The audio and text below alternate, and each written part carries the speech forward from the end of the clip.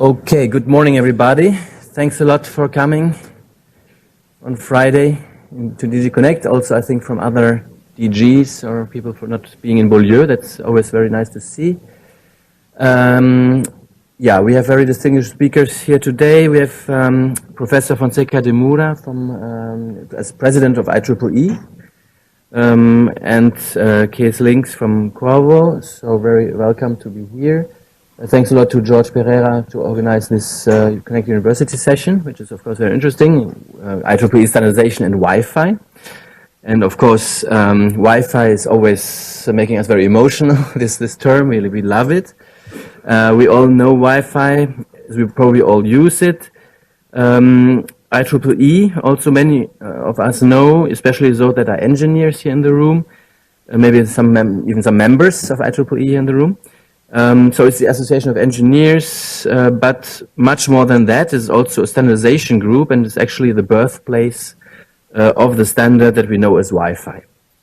Yeah, so yes, Wi-Fi, we all know and use it. I remember this tweet from Nelly Kroes, who was the commissioner at that time, some years ago. Europe loves Wi-Fi. That was a nice one, and it was already in the context of promoting Wi-Fi, making it available, free, at public places, and we still have it now with Wi-Fi for EU policy initiative that we're pushing and that we're extending also in the future. So yeah, it can be seen actually as a basic need. Yeah, you see that if you have, some of you might have teenagers at home, so if you switch off the Wi-Fi router, you see some harsh reactions. And also what I saw once was interesting in social media. I saw that this, maybe this Maslow period of basic needs or of needs of humans, where you see actually Wi-Fi as even lower, even more important than food and shelter. So really it's something that people really need. So yeah, so of course we talk a lot about 5G recently. This is also because yeah, we will open the door here for industrial applications. Today we already use Wi-Fi as complement to 4G. Everyone knows that. For example, indoors, our phones, when it switches to Wi-Fi, and when we have a connection available indoors. So that's we all know. This is of course something we need to work on much more, this complementarity, how to organize even better the use of indoor connectivity, hopefully without using outdoor antennas, which is not efficient. It would be better to have an indoor system and then use a low power system. So let's see how this evolves in a 5G world or a Wi-Fi 6 world. And we're looking forward to first get an overview presentation on IEEE activities from Professor Fonseca de Moura, and then some more insights on the evolution of Wi-Fi from Cees Links. So looking very much forward to the presentations, and hand over to Professor Fonseca de Moura. Thank you very much. And thank you, George, for inviting me here too. And as Peter mentioned, I am a professor at Carnegie Mellon University in Pittsburgh, United States. And I have the pleasure of serving as IEEE President and CEO this year. So let me start with a disclaimer. I'm not a standards person, okay? So all I know about standards is what I learned throughout this year. It's an amazing part of IEEE. And IEEE is divided in different units, but basically it's like a geographic aspect, technical aspect, and standards aspect. I came very much from the technical side, but this year I've been exposed to the standards, and I think it's a great story, and I hope that I will be able to share with you some of what I learned about standards. But first let me tell you a little bit about IEEE. IEEE used the acronym used to have a meaning. We no longer claim any meaning for the acronym, simply because it really is an association of technologies of professionals in the technologies that we all love. So any technology that you like, it's of interest to IEEE.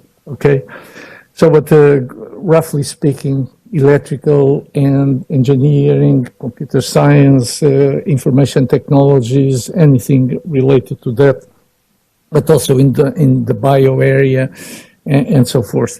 It's a large organization.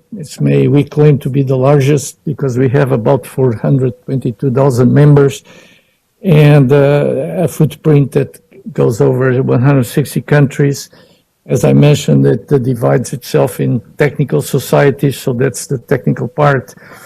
And the membership has a significant number of students. We organize lots of conferences, so every day maybe 5-6 conferences go somewhere in the world. These conferences are organized over 100 countries, so almost any place. I'm sure that in Brussels, not maybe Brussels, but Belgium, I'm sure there is a conference today, or if not today, maybe next week. And we have a digital library that maybe many of you know. It's called Explore, has over 5 million documents, articles from proceedings of conferences, from journals, from standards, from whatever. This 5 million was reached about last week. Every year we add to this maybe 250 to 260,000 new articles, standards, and so forth. Over 200 top cited journals in these many areas. And in terms of active standards, 1,300, but over time, more than 6,000 or 7,000 standards. Okay, and many of these standards are still under work. Just to give you the regional distribution of membership in the Americas, going all the way from Canada to the Patagonia region, it's about 51% of the members, so 51% of 420 is about 210 or 212,000, somewhere around.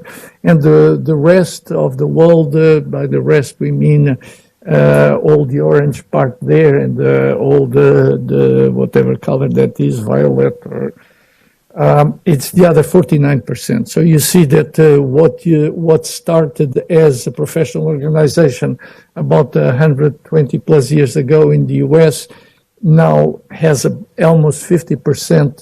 The US really is only 42% now of the membership, 4% Canada, 4% South America, and then the rest is the rest of the world.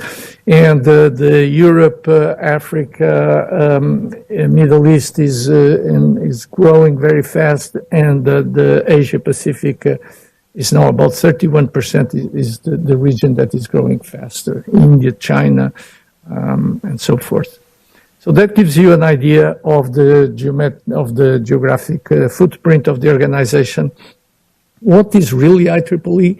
IEEE is not the conferences, IEEE is not the standards, IEEE is not the journals. IEEE is really a facilitator of, we call now ourselves a convene kind of organization. We bring people together to technical experts that want to look into the future of technology or that want to do standardization, want to share their scientific research results and so forth. So it's a convene organization really, and that's why we organize so many meetings.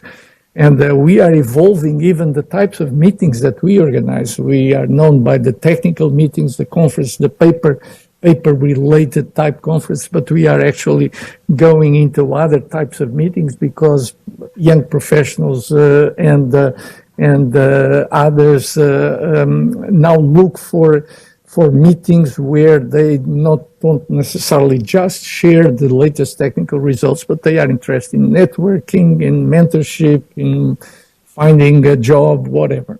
And we are trying to evolve ourselves also into that to serve in the best way the professionals in these areas. So when you look at the conferences, when you look at the standards, when you look at the journals and so forth, really we have a presence not only in footprint in terms of countries, but also in terms of the major players in industry and academia.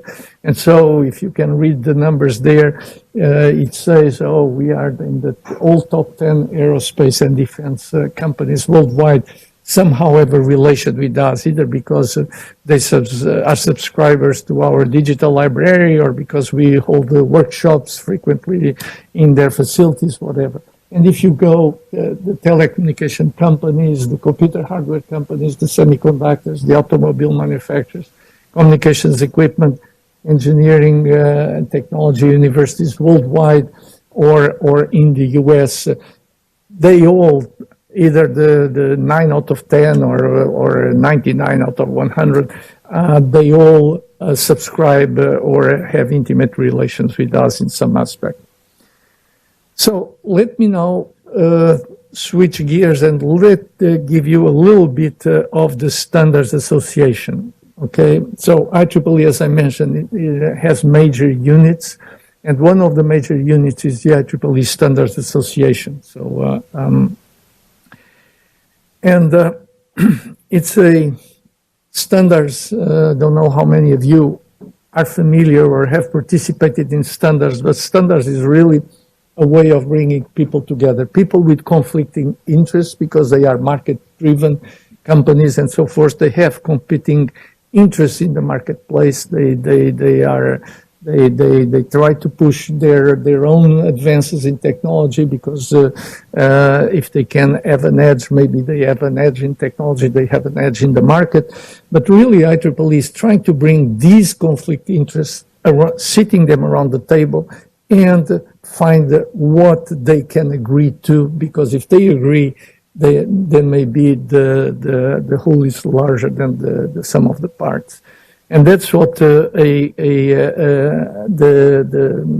people, the IEEE Standards Association, the staff and the volunteers, that's what they have over the years become experts into, is trying to bring these people with these organizations, these companies with competing interests, sit around the table and agree on standards that can facilitate your interoperability of their technologies. So just an overview.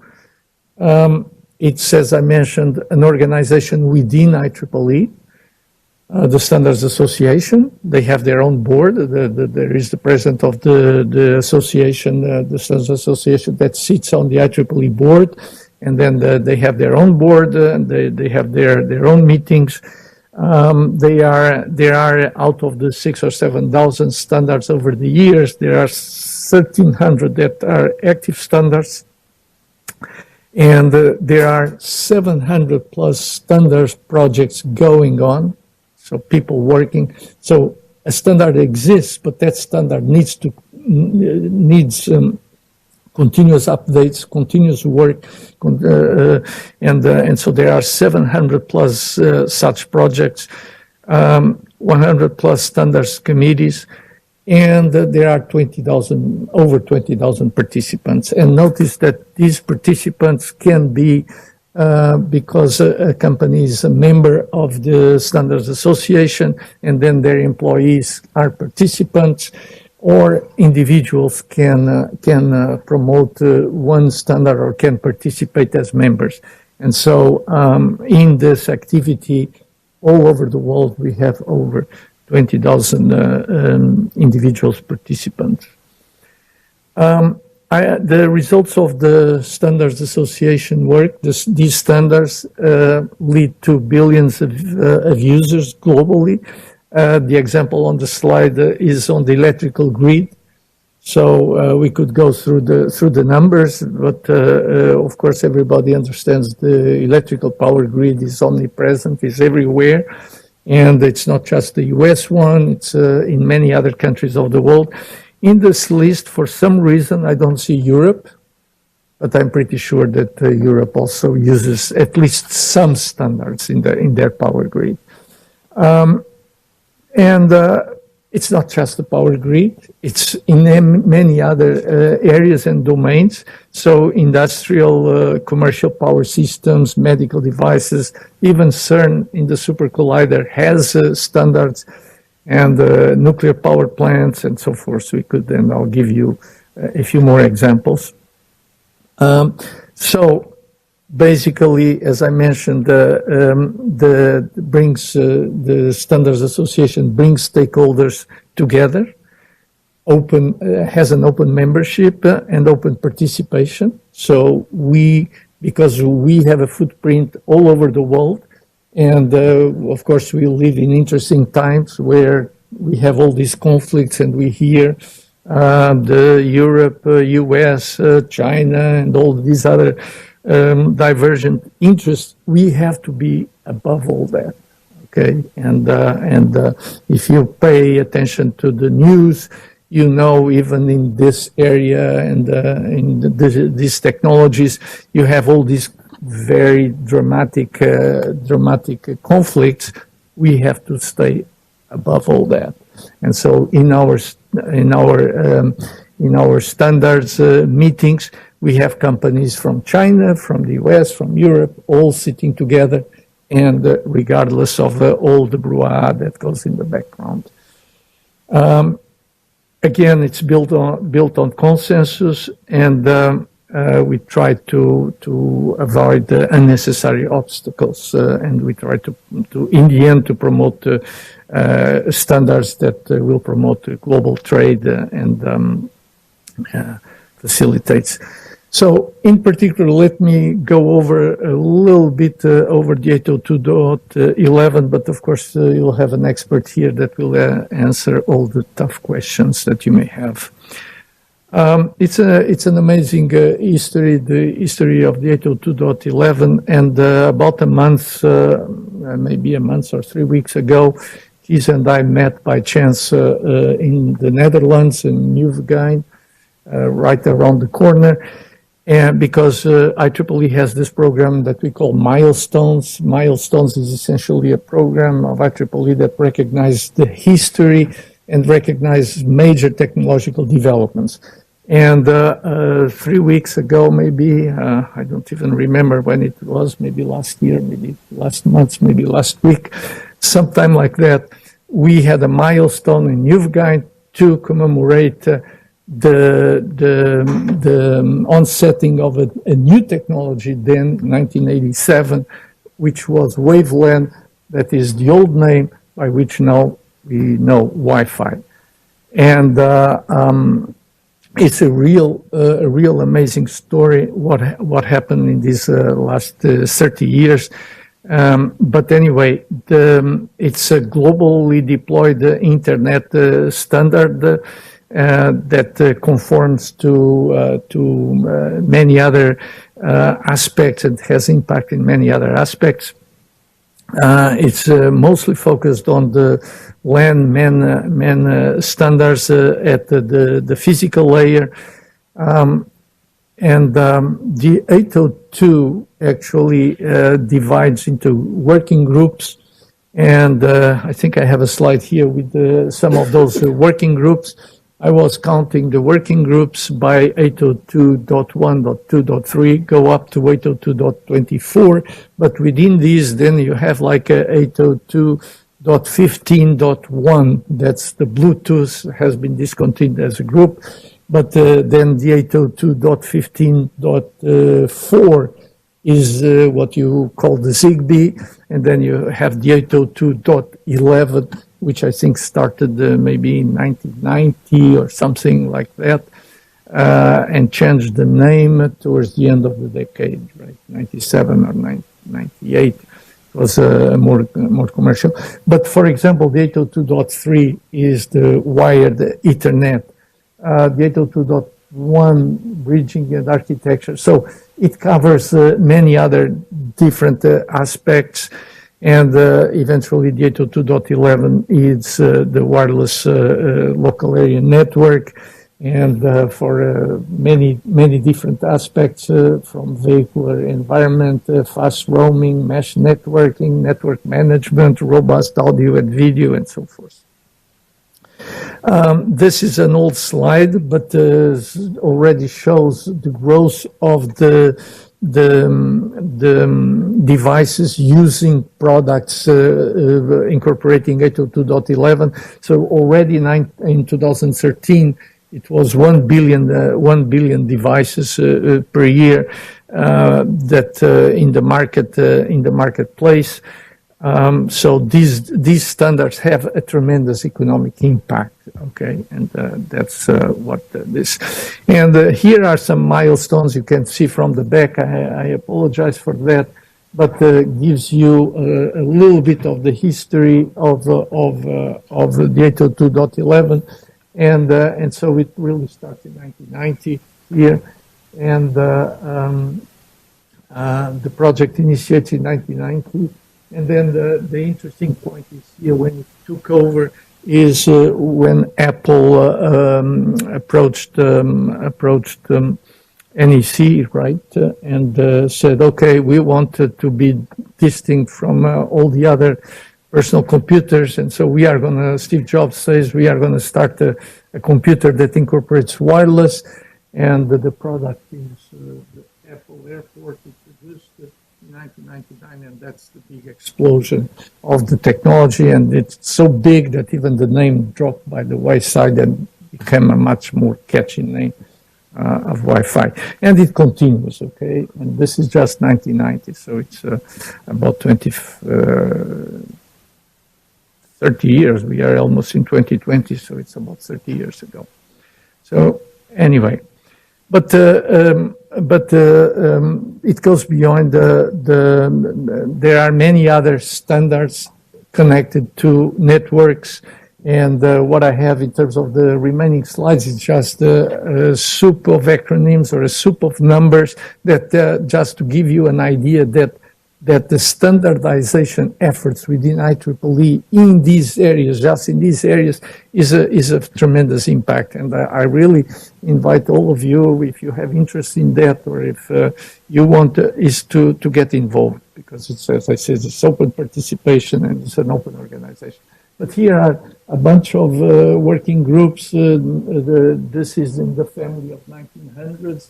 And they are on the network dynamic spectrum access networks.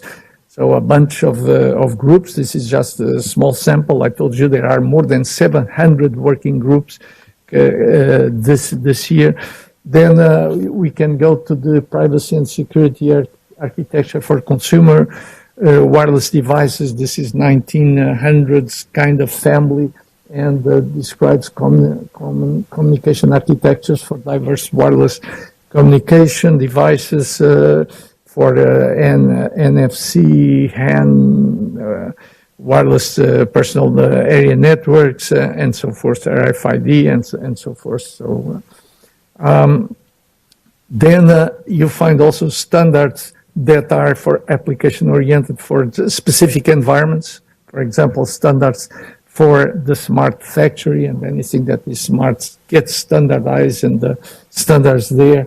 And so I could go through this, but I'm not going to do it. But you'd have industrial software, big data, software standards, and so forth.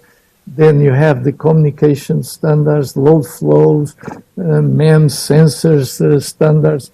Then in terms of the IoT and network architectures, higher level. So you have standards in all these. You have working groups addressing specific aspects. So a tremendous effort going on. This is for smart cities and for technologies for humanity. If you go around the circle, just to give you names, smart grid, intelligent transportation, and within each of these, then there are some illustration of examples of standards. E-health, energy efficiency, Internet of Things, 5G, cybersecurity, e-governance, smart home, learning technologies. For example, on the smart on the e-governance standard, the P7004, child and student data governance, so trying to protect children on the internet and so forth. So there are groups addressing these issues. This is for a personal health device, and that's another interesting thing. If we go through here, so there you have the ZigBee here, the 802.15.4. That's the ZigBee. So in applications like e-health, you find the convergence of a number of different technologies that make things successfully work in practice and allows you from the ECGs, from blood pressure monitor, from glucose meter, weight scales, even sleep apnea, and so forth. You find standards, people sitting around the table developing consensus around, so that then you can build the devices that are interoperable. These are for IoT services. I'm not going to go through this. Then, of course, we all hear about the 5G, and the two are complementary technologies, and the standards have to be interoperable, and so there are components that will be carrying deployments continuing in the future. So a bunch of groups working, and for example, on the 802.11 continues to enhance and develop new capabilities. And I'll have one or two slides on this, 802.11 AD, AH, AX, and so forth.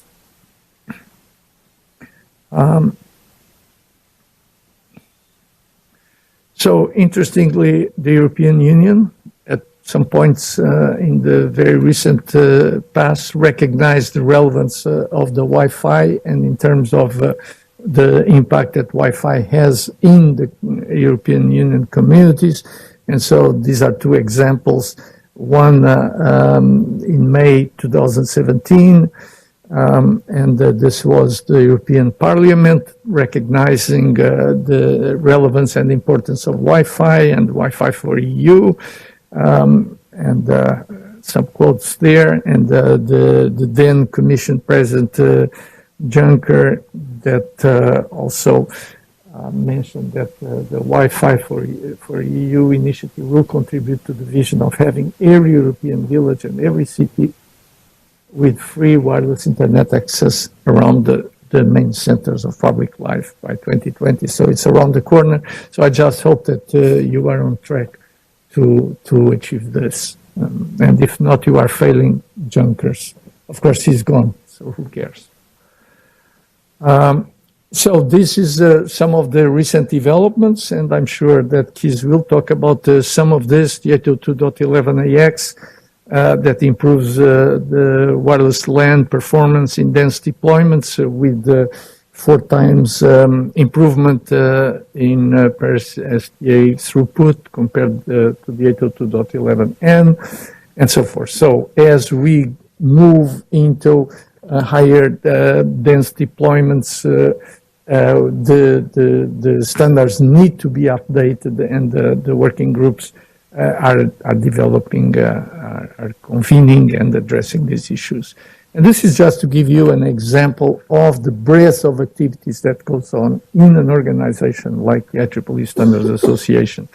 Then the 802.11ba, currently under development, improves energy efficiency of the 802.11 stations while maintaining low latency. So you see that are different aspects that need to be addressed. Different working groups are addressing. One was for denser deployments, now this one for energy efficiency. This is for M2M and IoT, the 802.11ah. And 5G related communication standards for access networks, for packet-based front haul, radio over Ethernet, precision timing protocol, tactile networking, radio regulatory technical advisory group, and so forth. So this gives you an idea that the breadth of activities that goes to address the many different components as we move into new communications environments. And this is just a couple of last few slides in terms of, I had quite a few. I had to drop most of them because my Standards Association wanted me to cover everything they do.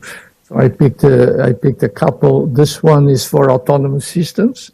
So this is groups that are working to address the autonomous systems, interoperability of the different systems that exist in driverless cars or driverless or autonomous machines, autonomous robots. For example, this is for IoT.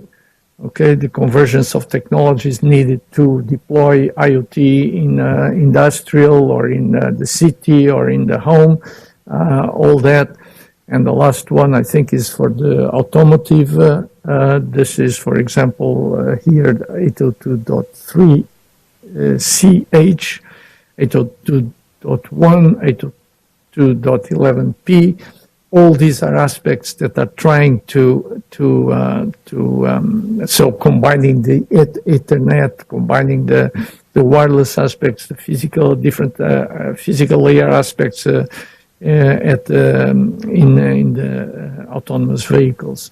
And I think that this is my last slide. So thank you very much. And I'll be happy at the end. Maybe we'll have questions at the end. Maybe you can have the questions at the end so that now we'll follow with the concrete case of the Wi-Fi, and then we may have questions at the end. Okay, please. Okay. Thank you very much. Thank you.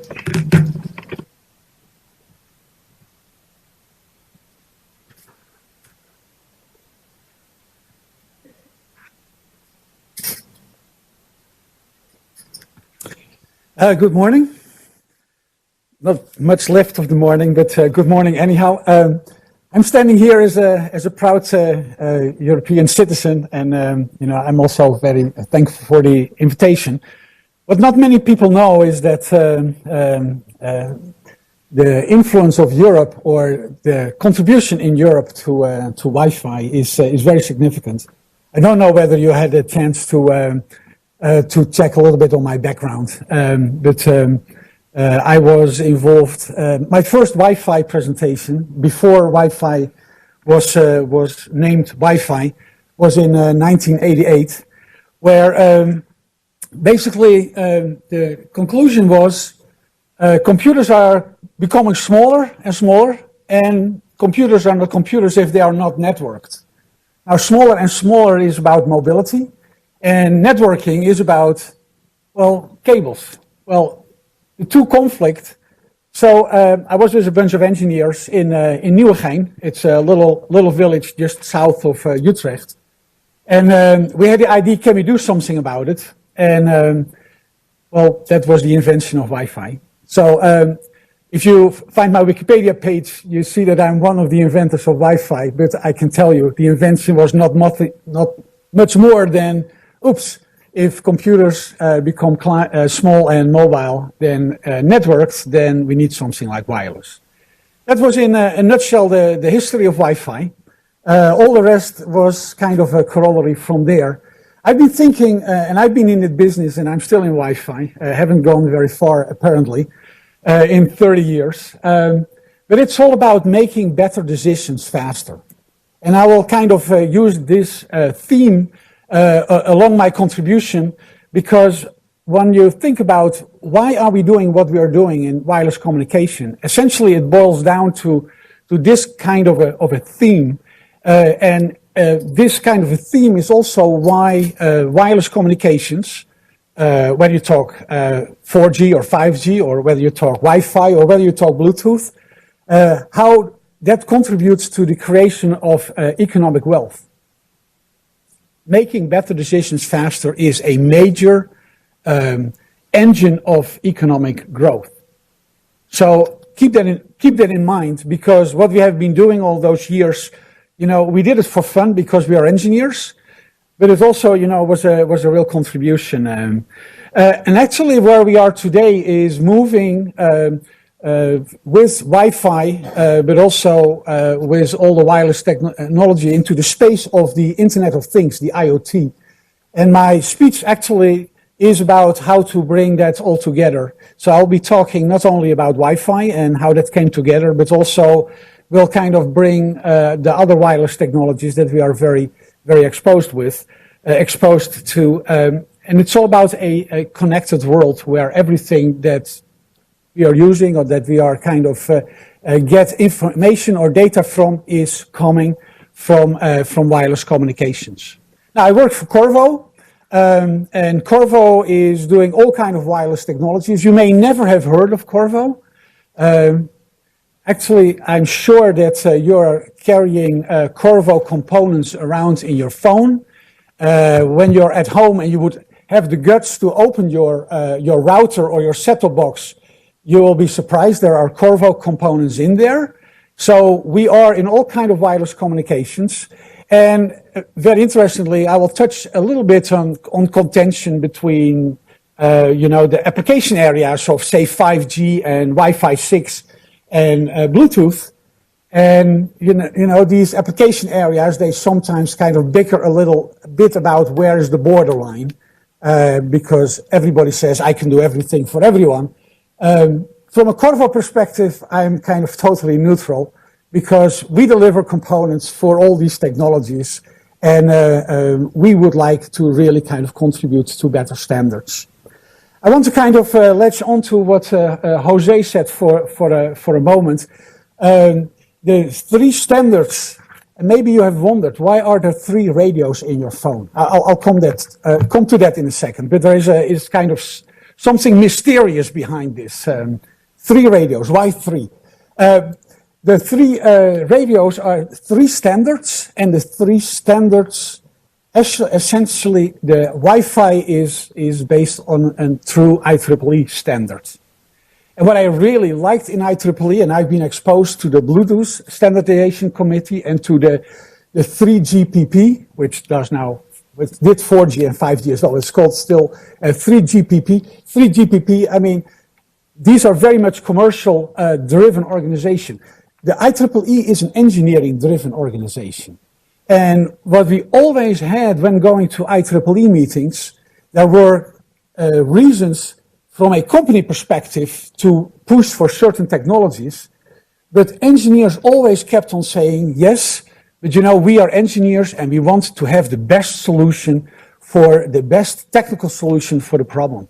And that was really kind of one of the things I really liked in IEEE, and into kind of developing standards under IEEE. And as you can guess, I've been in many IEEE meetings, good ones, bad ones, ugly ones.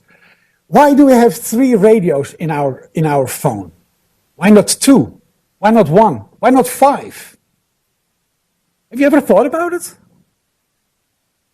I see a lot of people kind of looking. They have different purposes. They have different purposes, but why three? Why not one? Why not five? No, there are three, and there is a reason for three. And actually, it's a very, very, very logical reason. The three connect to how we experience life.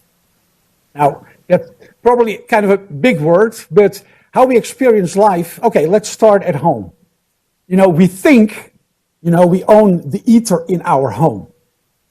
Yeah, if we close the door, we can do radio communications in our home.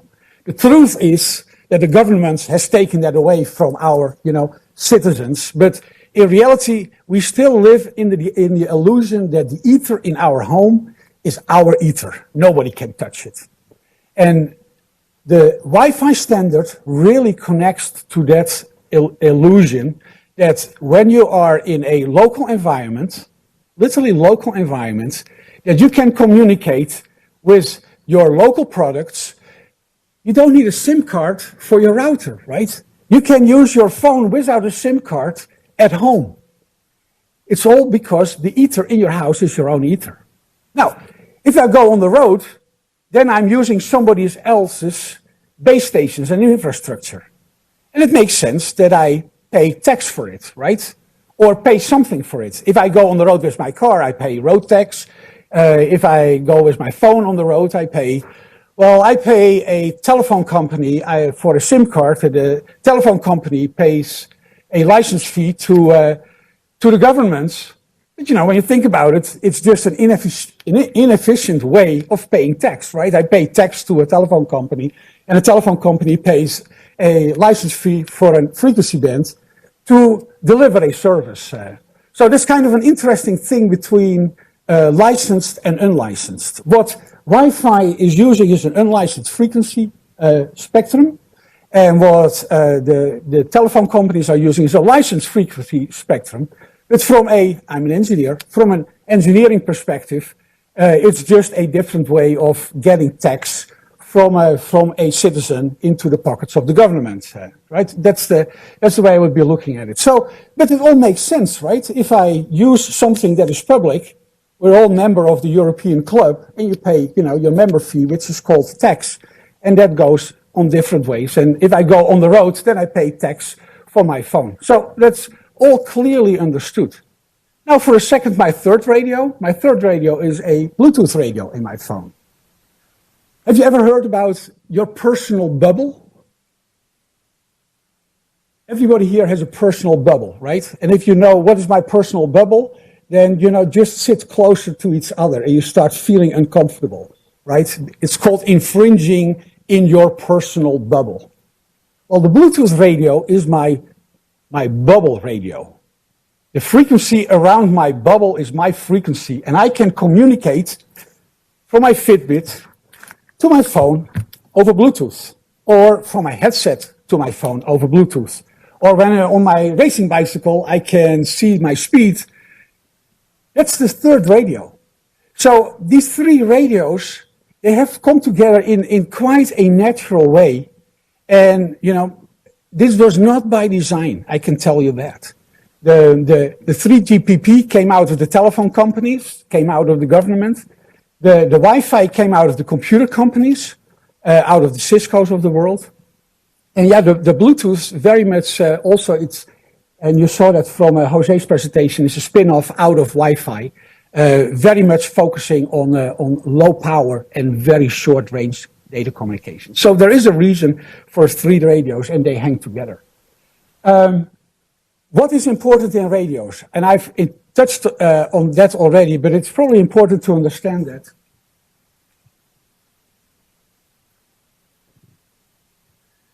Because I'm not going to give you a very technical talk. So don't worry. Just keep a few things in mind. What is important in radio? What is important in Wi-Fi? What is important in 5G for that reason? First things is data rate. Yeah, and what we have seen over the years is data rates going up. And the technology and what we are doing as engineers is how can we get more bits through the air faster? Remember, making better decisions faster, part of it is how can we get more bits through the air faster? The second thing is range. And you have already seen that range has naturally fallen into three categories. With all these three categories, they have an incentive of going faster. Then there is a concept that is called capacity. And capacity, initially was not something really be thought about. It was just about high data rate. But if you get with many people in the same room, or if you have a family, and my wife is on a video conference, and my son is playing games, and my daughter is watching YouTube. Oops, I also want to get on the wireless network. So that's about capacity. Initially, we thought everybody kind of can use one channel and they can split. But nowadays, we found out really the challenge, and that's one of the things that challenges that Wi-Fi 6 is resolving is capacity. More people simultaneously doing high-duty applications. And then the last thing you're probably also familiar with is battery life. And battery life is about, how can I avoid that I have to recharge my phone every hour or every 2 hours or every 5 hours. Phones nowadays fortunately bridge the night, right? So from one night to the other night. So that's good news. But wouldn't it be great that you'd only have to charge your phone once a year? And you don't have to think about it. So another kind of permanent drive in what we are as engineers are doing is battery life. How can we make battery life longer? And I can tell you, that's about it. So being an engineer is quite boring because we are only kind of focusing on these parameters. Now there's one thing more. There's small is beautiful. People like small devices up to a certain level, but small is beautiful. Smaller routers, smaller base stations, smaller phones, smaller, and be able to do more in smaller things. So the other thing that we engineers do also, next to radio, is trying to make things as small as possible. So that's the life of an engineer. Let's give a quick look at what happened with Wi-Fi over the 30 years. Well, the first real Wi-Fi took off indeed. What José said, that Steve Apple gave us a call. You guys have wireless. It would be great if I can get it in my iBook. And so happened. And Apple launched Wi-Fi. Well, it wasn't called Wi-Fi at that time. It was called 802.11. 2 years later, we basically said, as a group in the Wi-Fi alliance, in 802.11, the marketing name of 802.11 is not very jazzy. Let's find something jazzy. And there was another problem. A lot of people said, we are 802.11 compliant. Well, it's a standard, and if you say you're 802.11 compliant, then, there's a gap. Because everybody can say I'm 802.11 compliant. So who is judging that? IEEE said, well, we don't do that. We are a group of engineers, and we are not going to enforce. If somebody says I'm 802.11 compliant, okay, that's fine. Good luck. So as a group of companies, we started the Wi-Fi Alliance. It was called at that time the Wireless Ethernet Compatibility Association. Not really a good marketing name either. But that association, that alliance made sure that if you said I'm 802.11 compliant, then at least there is a set of measurements that you can measure against. Now, my wife happened to be on the board, and I'm in a lucky position that I can talk about my wife as she invented the name of Wi-Fi, because we needed a jazzy name. And we invented the logo, and the Wi-Fi logo and the Wi-Fi name essentially is in the market now for almost 20 years. And it's quite funny. If my wife and I get on a train and we see the Wi-Fi logo, we go like, ooh, you see that? And nobody on the train knows the history. But we do. The Wi-Fi Alliance is purely enforcing that somebody who says, I am 802.11 compliant, that you're really 802.11 compliant. It's a sort of police institute, right? And the mark, the logo is, you can only use the Wi-Fi logo if you are meeting those standard requirements. Yes, so the Wi-Fi Alliance is not part of IEEE, but they're using the standard in IEEE to make sure that if somebody says he's standard compliant, that he can, stamp the Wi-Fi logo on it. It's not more complex than that. Actually, it's very simple. And that's also the history of the Wi-Fi name. And what you have seen with Wi-Fi, you see that in the green band. You've seen that going up a factor 1,000 from about 10, 11 megabit per second to Wi-Fi 6, close to 10 gigabit per second. And if you think about that, you can only, probably agree with me that that is really stunning. Something going up a factor 1,000 in 20 years. Take, for instance, battery life. I believe battery life has improved 20% in 20 years. Yeah, so what we have been able to do, getting so many bits through the air that essentially you can watch movies, you can be on a video conference purely on with all type of high data rate networking capabilities. Now, what you see as well is you see Bluetooth. Well, Bluetooth was very much, this black line, is very much, I would say, focused on the low power, and I'll talk about that a little bit more. And in the red line, you see LTE, you see 5G, and what LTE and 5G basically deliver on better range, that is what they compromise on range, on data rates. And that is the kind of the indoor, outdoor, licensed, unlicensed, what you can see there. So Wi-Fi 6 is the new generation of Wi-Fi, and in the way that consumers will enjoy Wi-Fi 6 purely is it is faster and more people can use Wi-Fi at the same time. Now, there's a lot of technology going underneath, and you may wonder why is it called Wi-Fi 6? Well, there's a little bit of a joke behind that. Because in the past, everything was Wi-Fi, right? You have never heard of Wi-Fi with a number. But, you know, I mean, 5G is, you know, making so much noise. And Wi-Fi 6 is faster than 5G. So let's call it Wi-Fi 6. And 11AC, what you're using, what probably most of you are using today is retroactively baptized as Wi-Fi 5. So if you ever hear about Wi-Fi 5, it's what you're using today. And if you have really old equipment, probably it's Wi-Fi 4. Now, there was also Wi-Fi 3 and 2 and 1, but that is what you saw on the previous chart that they have all come through. That is kind of all history. And the Wi-Fi Alliance has decided not to use these terms anymore.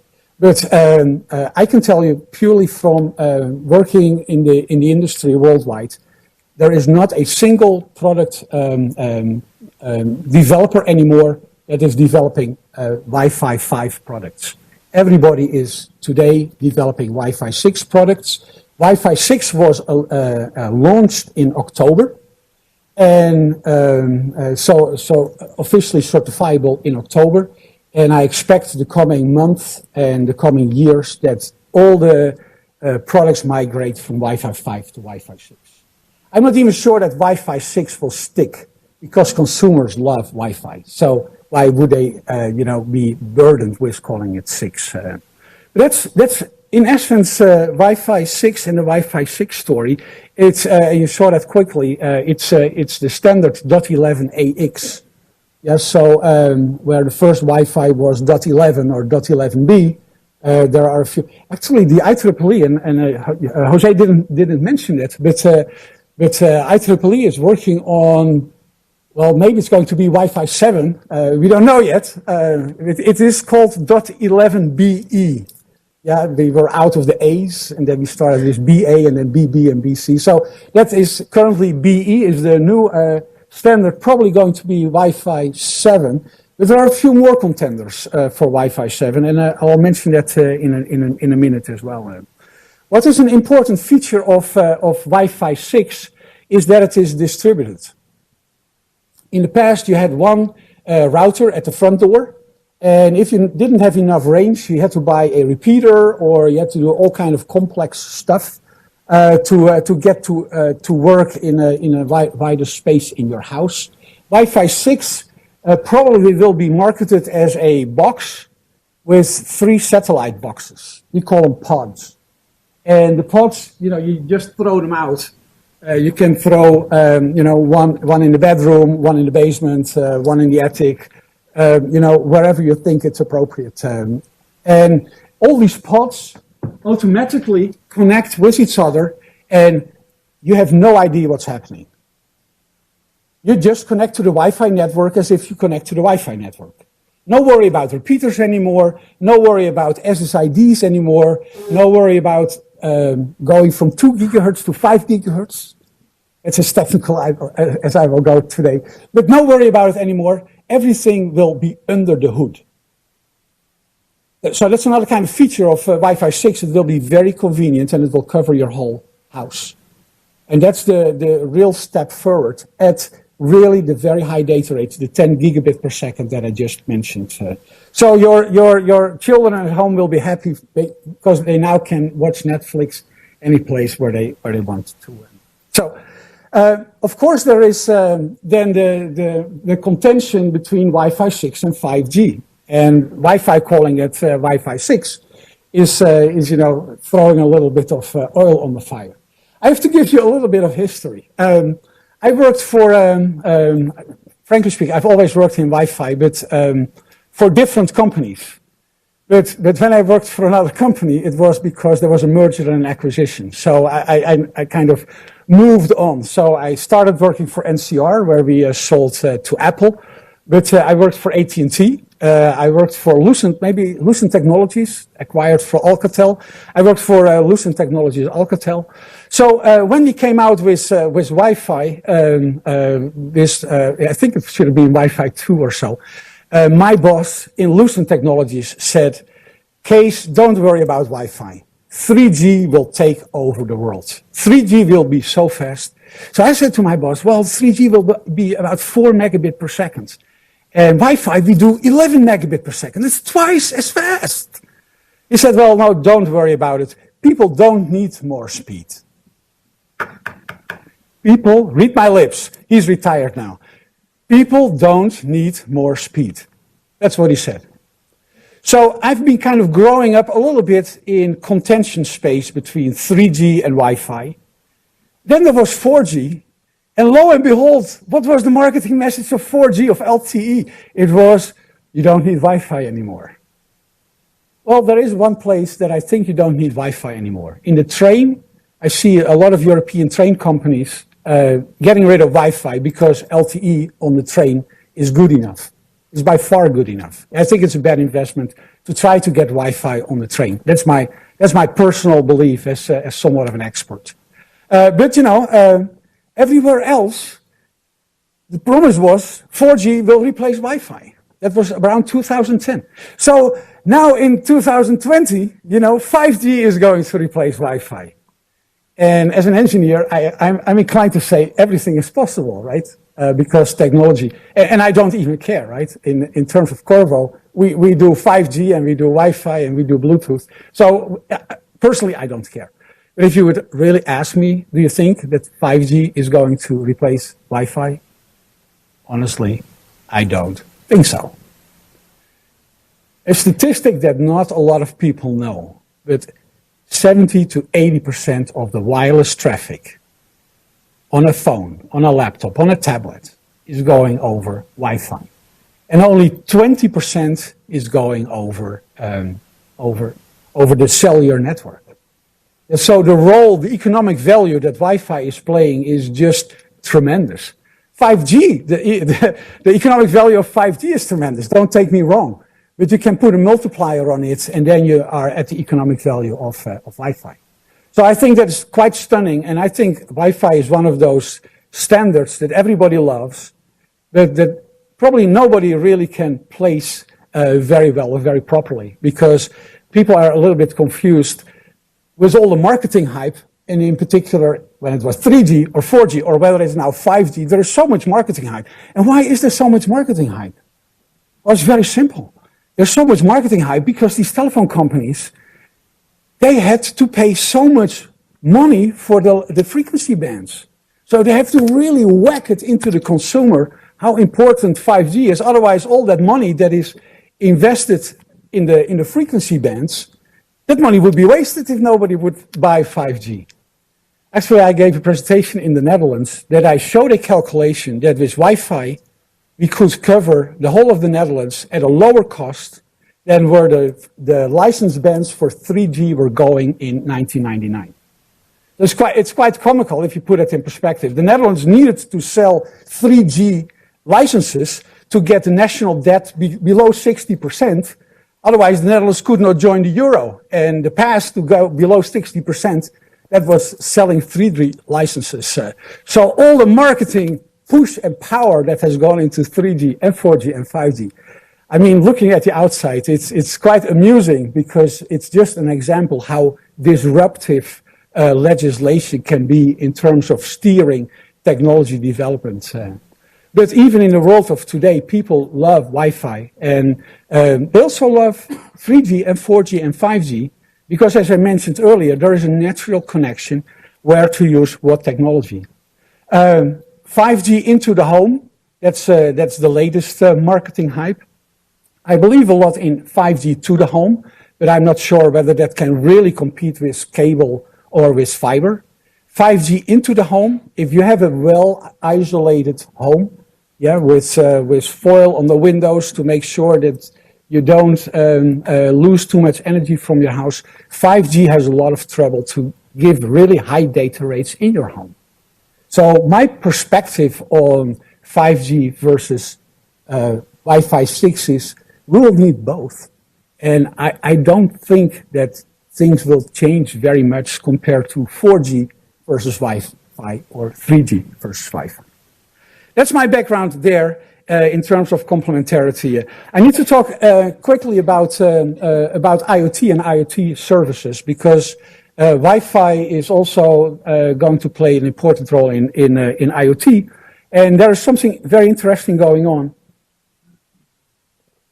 that comes back to the slide I showed you earlier, that in technology we're working very hard to reduce the consumption of battery power so that you can run on.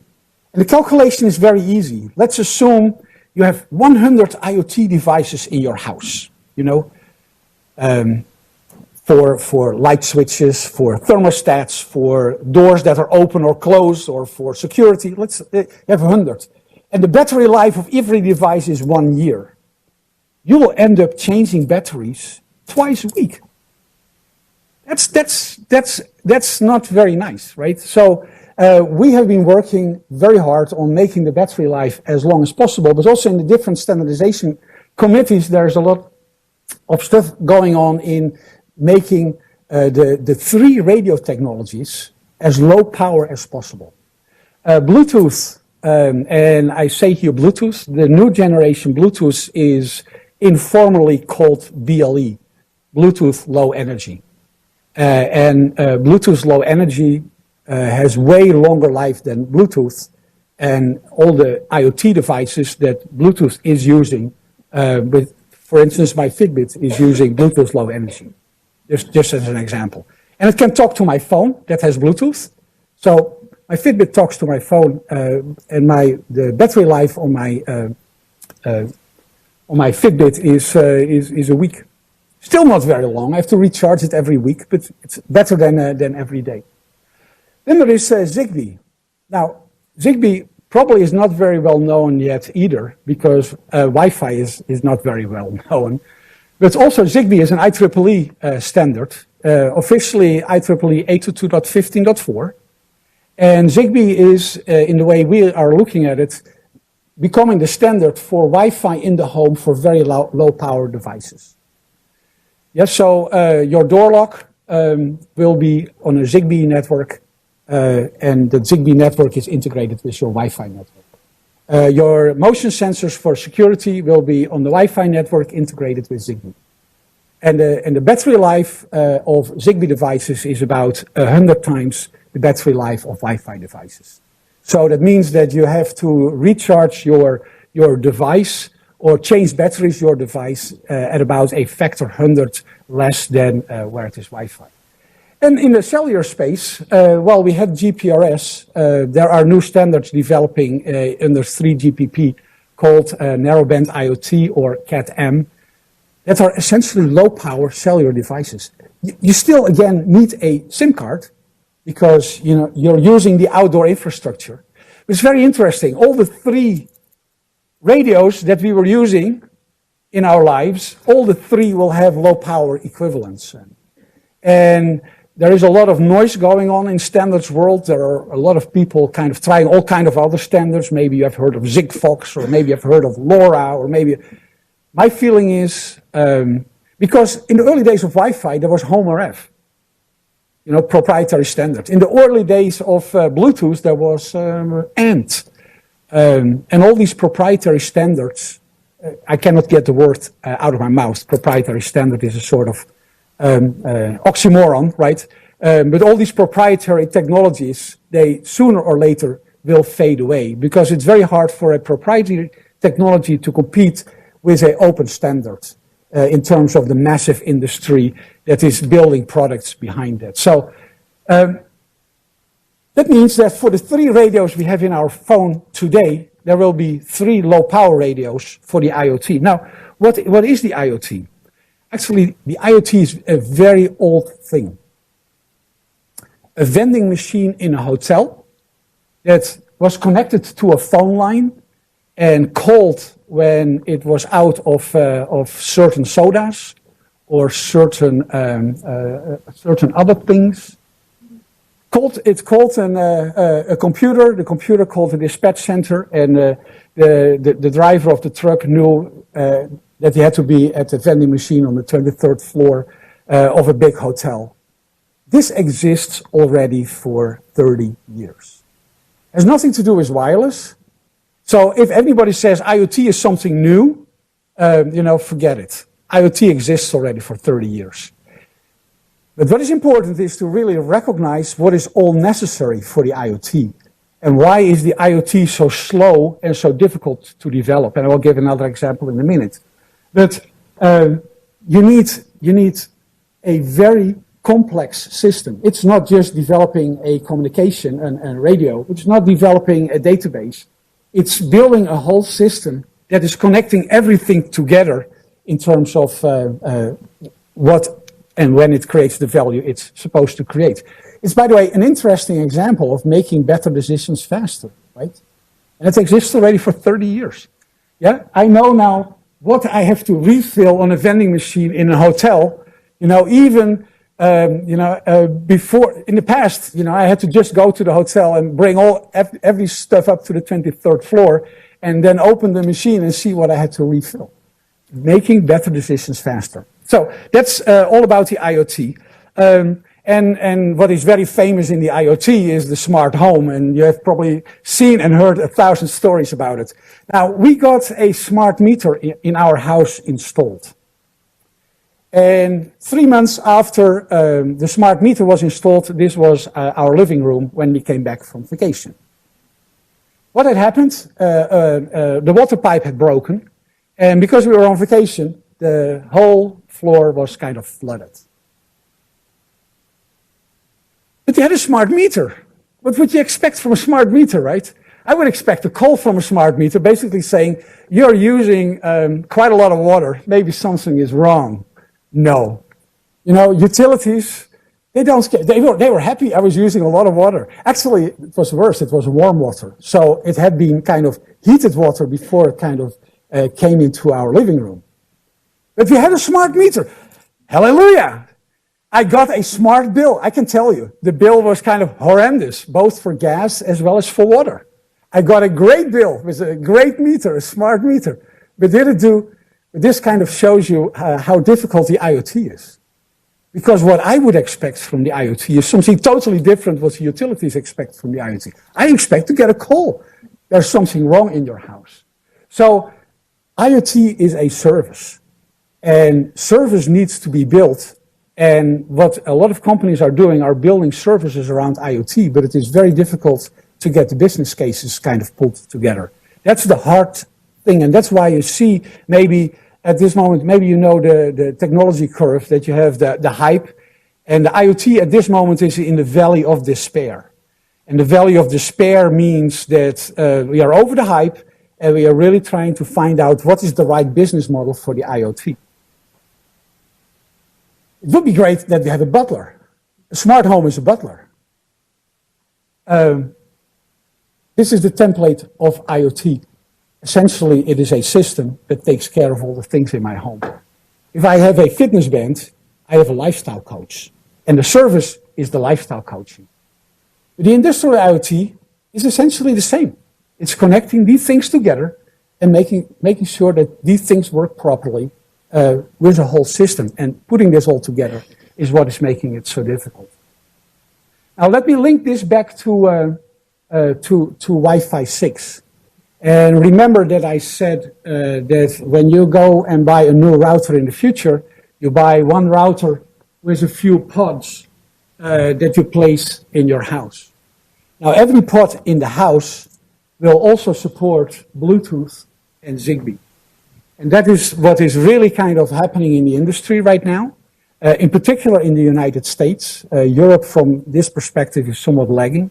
But in all the pods and in all the routers, there is Zigbee connectivity being built in, and there's Bluetooth connectivity being built in. And when you think about it now, is you have a house, and as a consumer, you wouldn't even know if you bring home a smart door lock, whether it's Wi-Fi or Zigbee, you wouldn't know, or whether it's Bluetooth. It just connects to the Wi-Fi 6 infrastructure in the home.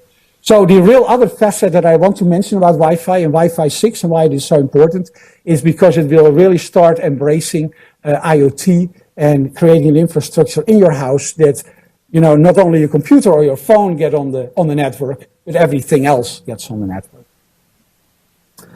This is the world in the standards as it is today. And I alluded to that already. You see standards like ultra-wideband, Sigfox, LoRa, ULE. There is a lot of noise going in the market. And I've given one time a 1.5 hour presentation on this slide alone. I will not bother you with it. This is what I expect that the market will kind of simplify to, sooner or later. And I go back to my phone, right? My phone has Bluetooth and Wi-Fi and 4G. And for the low power, for the sense and control, for the IoT, we'll have Bluetooth and Zigbee and narrowband IoT. And that will be then the 6 radios, 3 radios for the high data rate, 3 radios for the low performance. Now, I can tell you, there are loads of people totally disagreeing with me. Because, you know, they are kind of industry proponents and they're really pushing their proprietary standards. I'm very skeptical.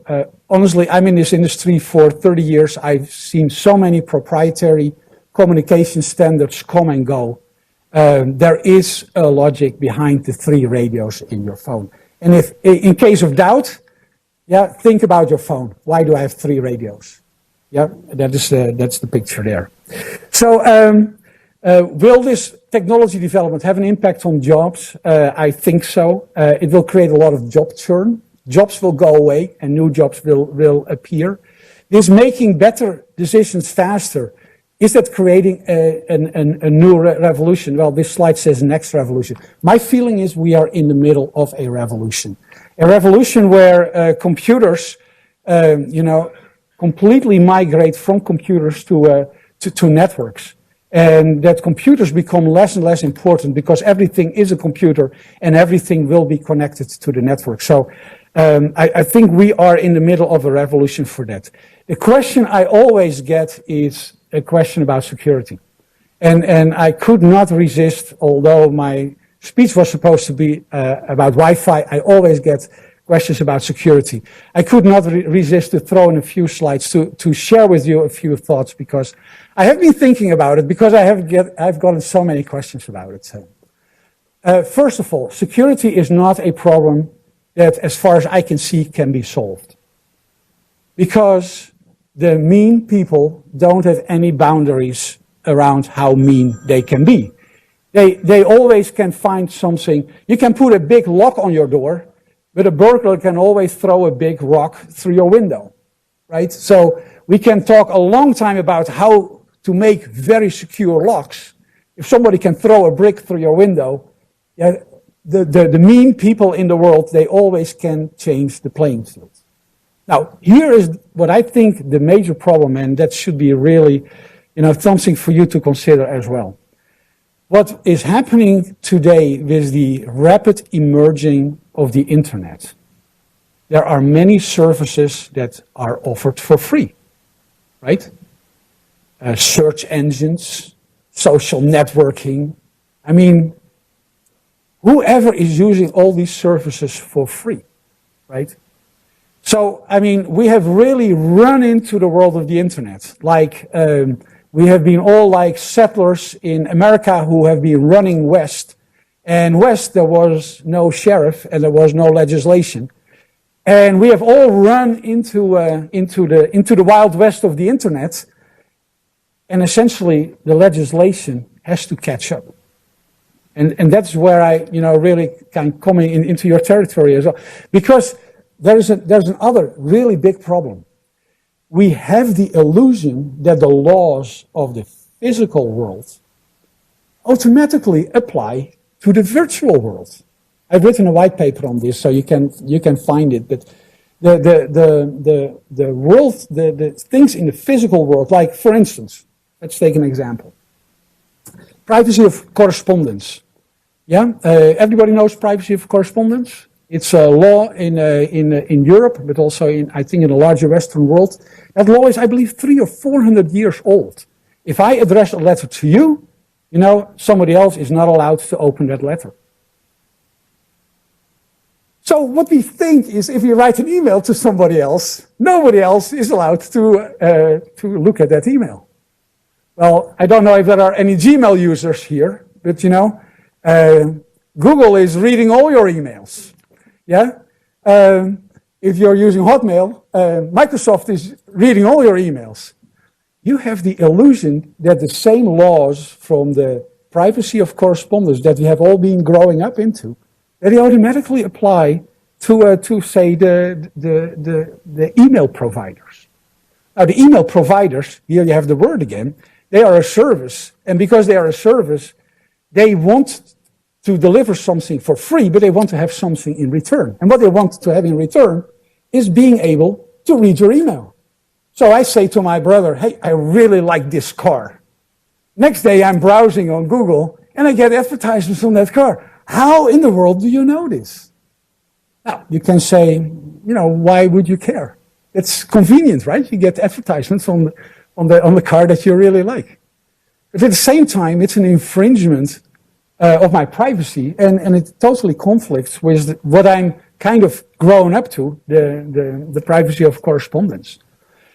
Even if the police wants to get into your house, the police needs a warrant. If you lock the door and somebody else wants to go in your house, you can call the police. Your house is your private territory. You think the same about your data?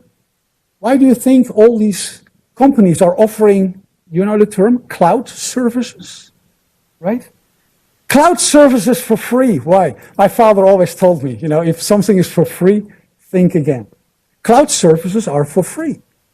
But in reality, everything that I kind of load up to the cloud is open for inspection.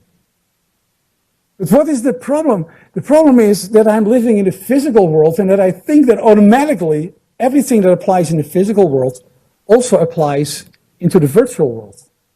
The third example I will give, that is, and probably that's the most sensitive one. That's the manipulation one. There was this is a law that was I think it came in the late 30s, that companies put flashes for advertising into movies.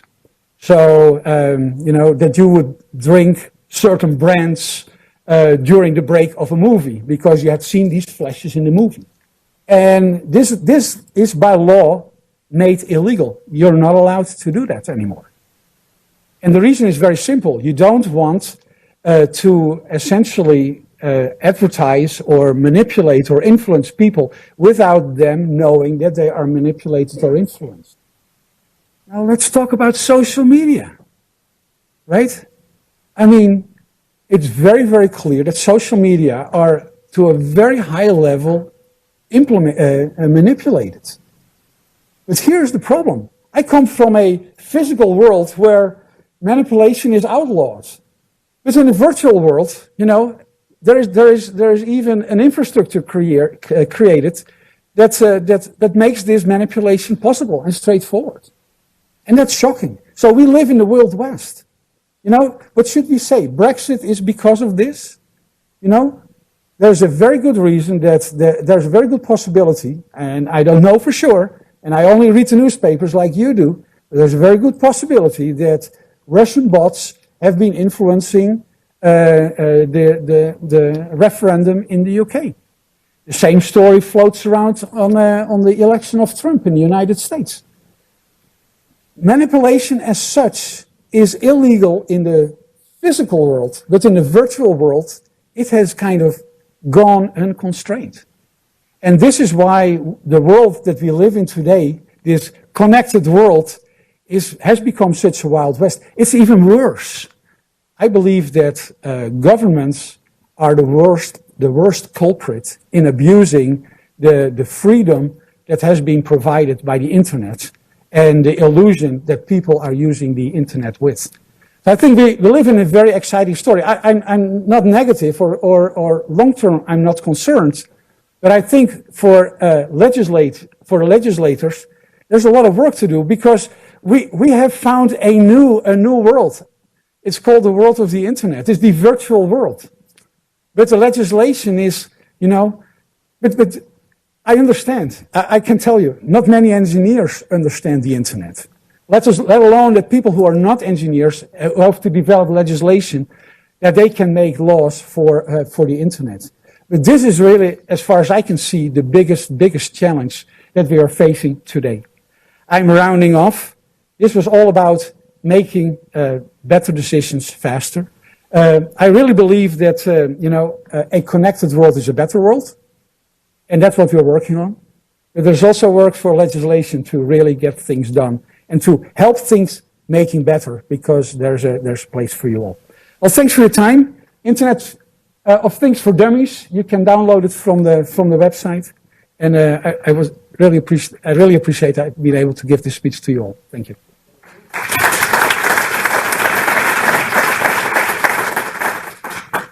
Okay, so some time for questions. Let's please focus on the technical stuff now.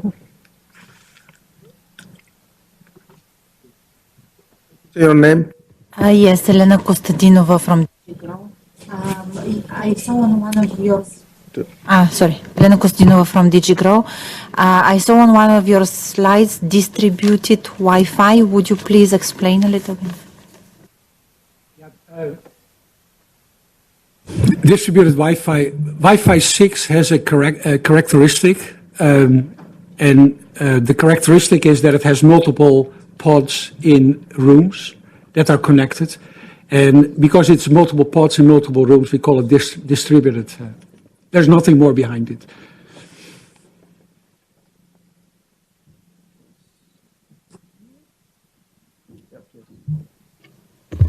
Giacomo Cugnini from Wi-Fi for You team. I have a question regarding the Wi-Fi Alliance and its activity. Can you explain how it works and how it works to be a member of Wi-Fi Alliance and to be certified as well? It's a good question. The standardization body develops a standard. But then the question is, how is the standard being interpreted? That's always a very difficult question. What usually happens is that some of the leading companies who are out there early, they do interoperability testing amongst themselves.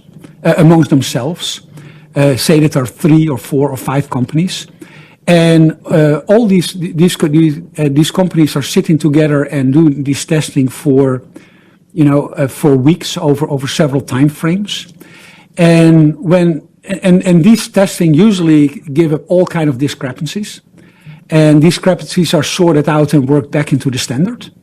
And then that's why the standardization takes so long. It's the basics are very quick, but all the details being worked out takes so long. When then the standard is solidified, the companies who participated in that early in these early testing and invested a lot of time on it, they are so-called golden standards. And now everybody else has to prove that he is compatible with the golden standards of that standardization body. Now, so if you're a product developer and you want to get a Wi-Fi logo, first you become a member of the Wi-Fi Alliance, and then you can get your product sent to a test house. A test house tests your product together with the golden products, so to say.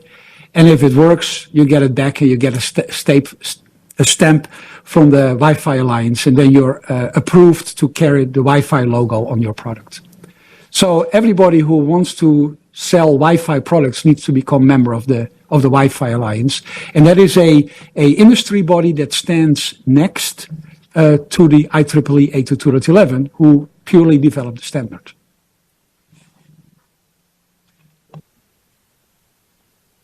I have a bit of a practical question. So let's say that 5G does not take off inside your home. So everything is powered by Wi-Fi. But then everything outside the home, like your vehicle, your autonomous vehicle, All other devices are powered by 5G. Will the two be able to communicate?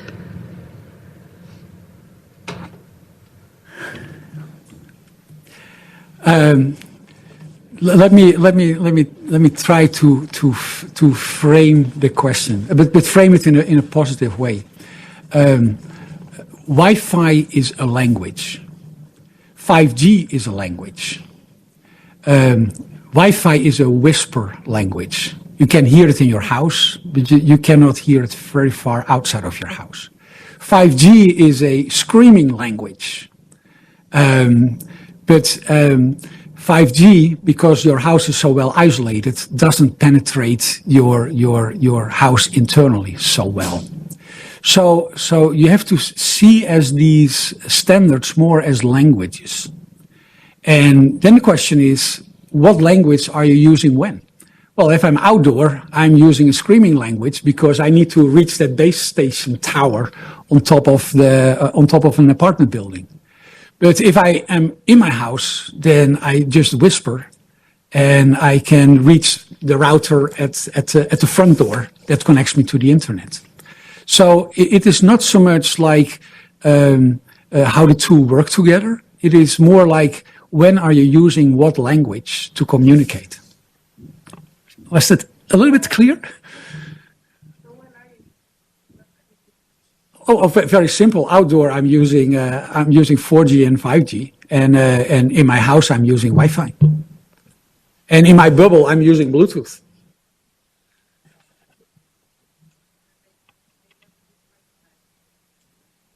They're just different languages. So what I put over, I can say the same things over Bluetooth and over Wi-Fi and over 5G. I can say the same things.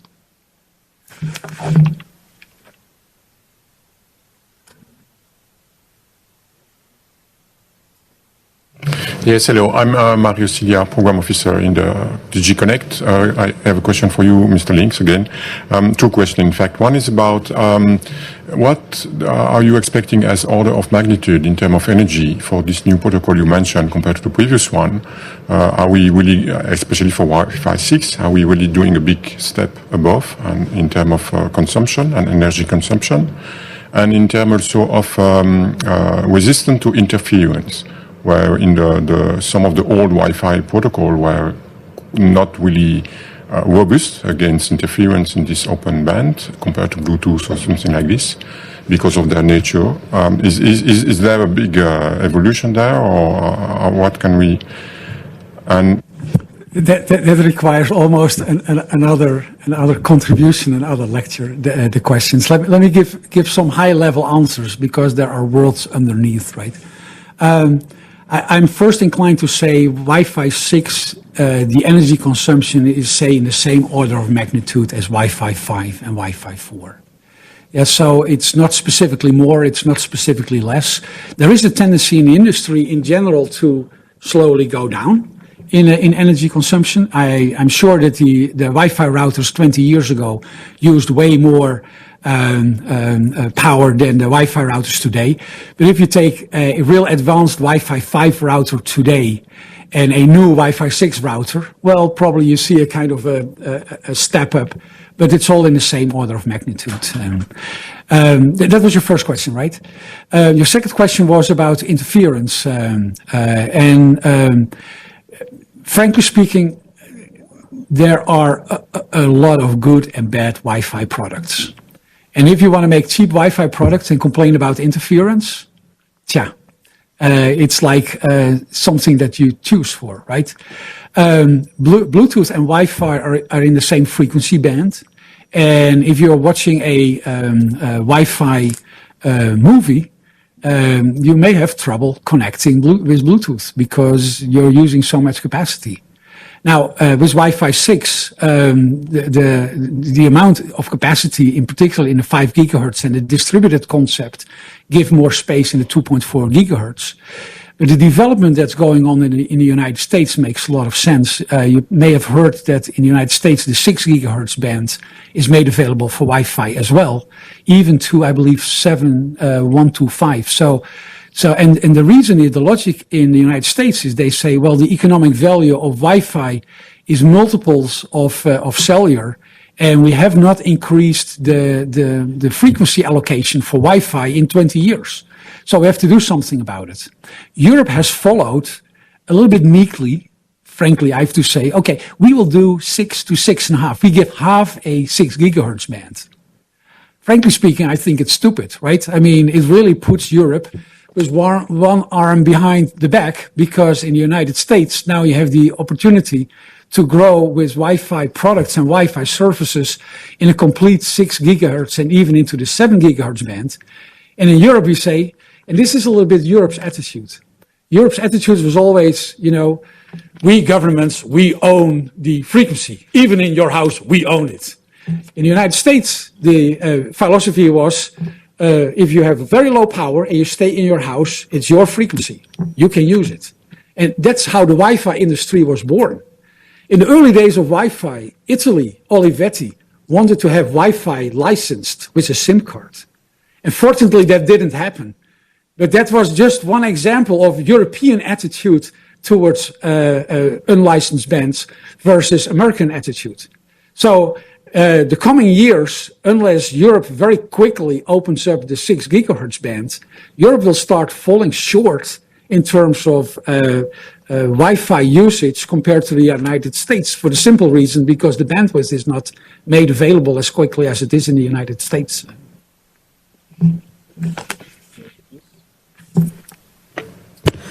Andreas Röfer, I'm looking after the telecoms regulation, but for the Wi-Fi, I've been a little bit looking also in standardization and broadcasting, but this is, by the way, one item which may still be on your phone in some cases, broadcasting, but not very important part. Two questions: upward, downward compatibility within the Wi-Fi. Is there anything specific foreseen between Wi-Fi 5, what everybody has, and then the upgrade to Wi-Fi 6? Upward, downward, and then also, I mean, what you have shown was quite a decent home and house, and for this I see a little bit the point that in your house you have your Wi-Fi and this is your own and that's all fine. But you use Wi-Fi also in airports, in your hotel room. Not all the houses may be designed as the one we have seen. You may want to use it in a big apartment block. We all know that already now. If I keep my router switched on, it can be used by my neighbor even if I don't use it. And I see these possibilities for distributed use. So there would be potential, I think, also for having, and I don't know which way this can be done, but to use this across domains, and then if I use in such a distributed environment the routers of 3 or 4 of my neighbors, how would this work then? So these two questions. So on the first question, Wi-Fi 6. Probably the simplest way to say every node is equal. So every node, uplink or downlink, it's all the same in the Wi-Fi world. Now, it doesn't mean that your internet provider has the same uplink and downlink. That can be totally different. But in the Wi-Fi world, in your house, uplink or downlink is totally the same. Every Wi-Fi is Wi-Fi. Wi-Fi is also, that was also a question, fully backward compatible. So if you buy a Wi-Fi 6 router, all your Wi-Fi devices keep on working, and your Wi-Fi 4 and your Wi-Fi 3 probably, maybe Wi-Fi 2 won't probably. If you have a Wi-Fi 5 device and a Wi-Fi 6 router, it will work fine as well. So I think one of the reasons it is a very difficult standard is because really there's a lot of pain going into making sure that all this backward compatibility is maintained. But the adoption in the market will be smooth. You'll just buy a new Wi-Fi router and everything will keep on working. Your second question is a very interesting question, which is also part of, and I didn't go in too much detail, but when I was talking about higher capacity, it is also about making sure that there is a sort of network management or a frequency management or a frequency channel management in Wi-Fi 2 and 5 gigahertz in an apartment building, so that I can stay out of the channels that my neighbor is using. Now, there are limitations because there are only so many channels, and this comes back to what I mentioned earlier. You know, Wi-Fi, I think, really deserves more spectrum, right? But one of the characteristics of Wi-Fi 6 is a way better frequency management between the different channels, between neighbors in apartment buildings. And yeah, what kind of business models, if I take a subscription and I have my neighbors running on my subscription, internet subscription, and use Wi-Fi to share my subscription cost so that my neighbors as well as myself, we both can use one internet subscription, I think that's great. So more people who cannot afford internet subscriptions, they can now use internet subscriptions because they can share routers over multiple families in apartment buildings. I see that as great, as a big positive and a big plus.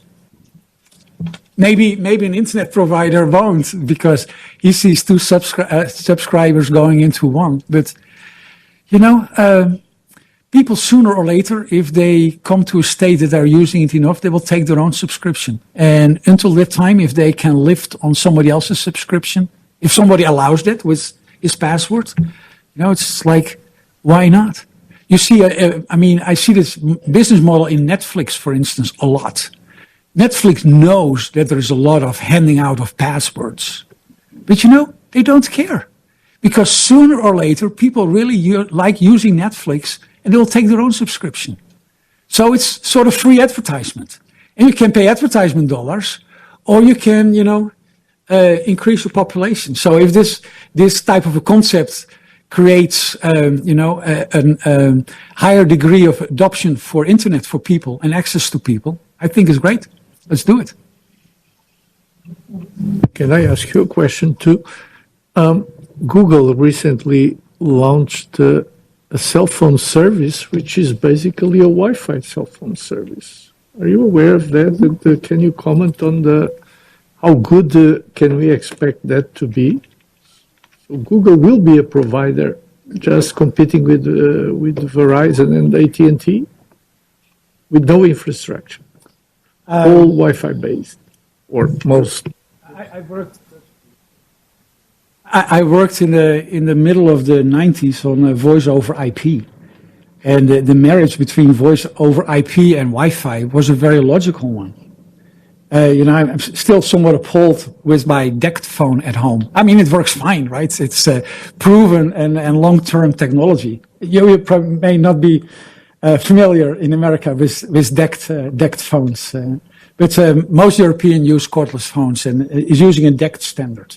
But there is no reason, and you see that already if you use on your phone WhatsApp and you make voice calls over WhatsApp.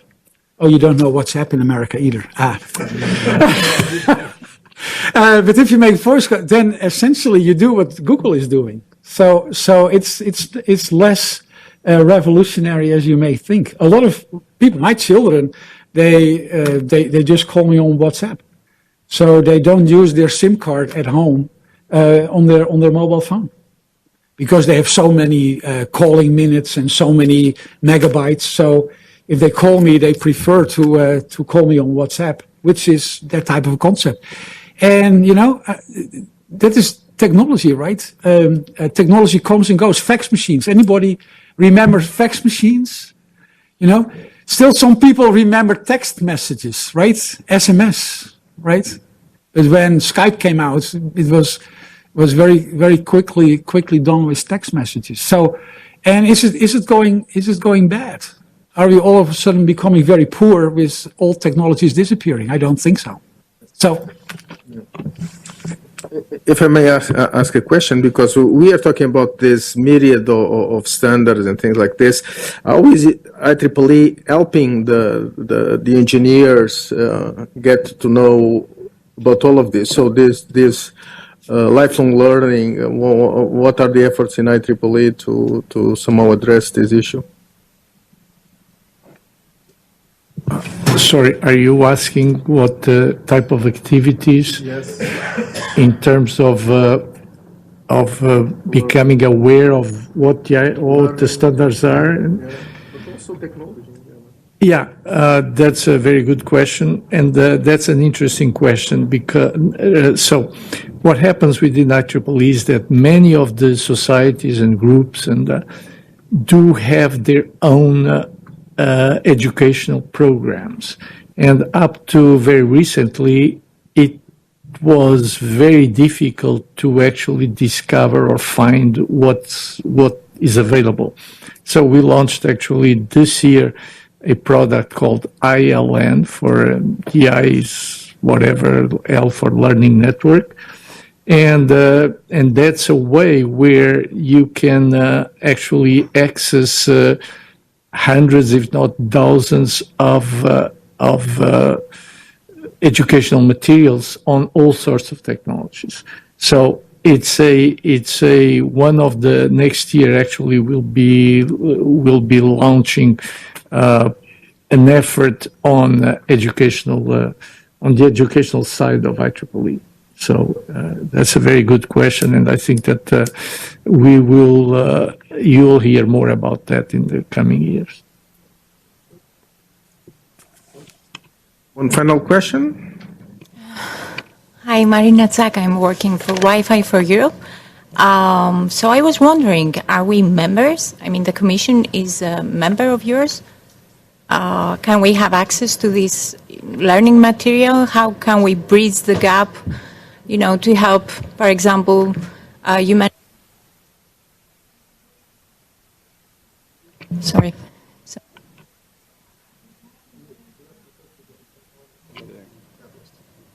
Okay. Sorry.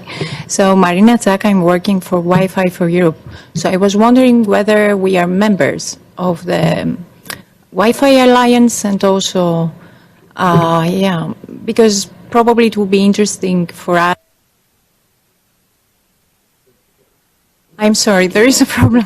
Somebody is pressing. I could hear.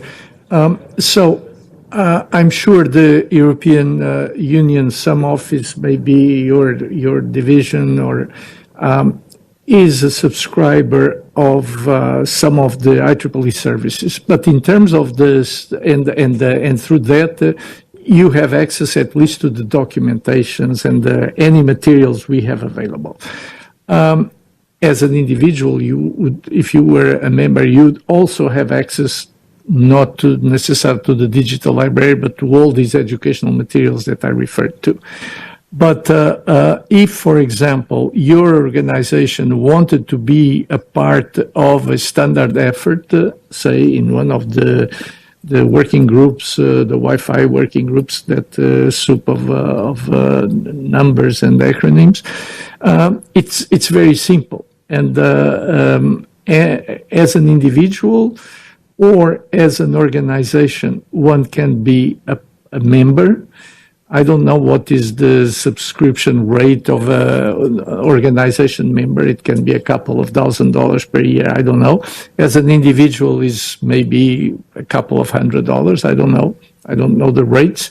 But because it's an open organization, anyone can actually be, and anyone can start initiative on standardizing whatever idea you have, as long as you can bring along several others interested. But if you just want to be a participant and sit in the meetings and express your opinion, whatever, it's open and it's not very expensive, let's say. Yeah. Well, with respect to the Wi-Fi, you may know better than me. Yeah, quick on the Wi-Fi lines. Yeah, you can become member. I don't know whether you are a member, but The Wi-Fi Alliance is in the first place for companies who have products to certify. So, and I think a lot of your constituents who are in the Wi-Fi for you movement, so to say, I bet they are member of the Wi-Fi Alliance. And I bet you can become member of the Wi-Fi Alliance, but you have to make a trade-off whether it's worth the investment, because I don't think it's so cheap as IEEE.